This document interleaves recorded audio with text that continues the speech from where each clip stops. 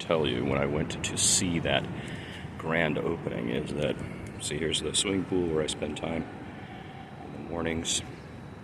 But what I didn't tell you is that that massive mall that I went to visit the opening day of is across the street from where I am staying.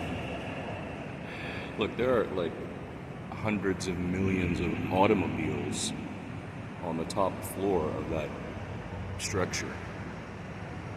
The EmSphere that we visited for the grand opening on Friday night is massive Western money invested to make this giant thing here in Bangkok and fill it with Western stuff, you know, that's overpriced and very much driven by the Western fashion, the Western sensibility, the neoliberal policies that have constructed an entire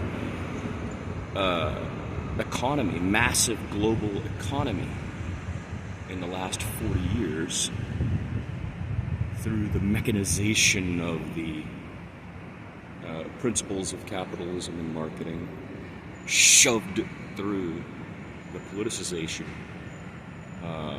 of, you know, the world for corporate interests and the big players of the United States of America. But the U.S. plows it through so that Chanel and the Italian companies and the French companies and the Dutch companies and the Scandinavian companies like IKEA can do this. That's the idea here. And it's all wrong to me. It's all wrong and has been wrong to me. If I'm a 20th century thinker to you, or somebody who seems out of step with the times, I can say that it's always been wrong. There was nothing about this that made sense. What we've done is toxify the world and made it more unequal for more people.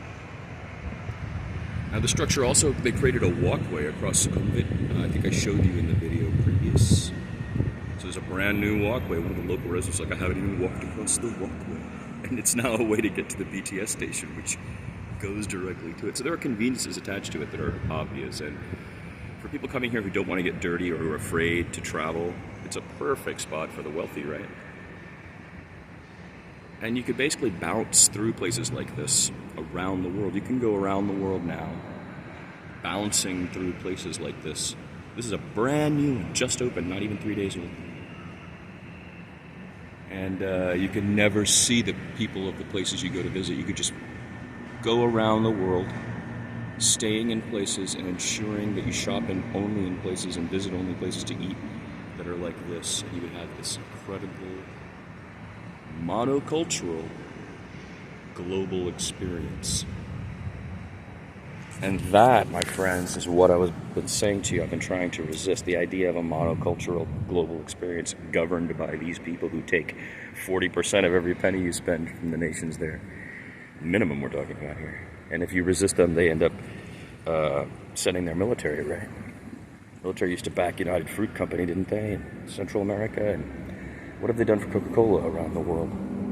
Not to mention covert actions by the CIA, the NSA, well, I guess the NSA is within country, but OSS going back to the war period, the Second World War period. I'd much rather see an unfinished tower with a forest dying on top that's empty, and all the lights ripped out, all the electrical ripped out. Made of concrete here in Bangkok. As a representative of who they are as a people, then that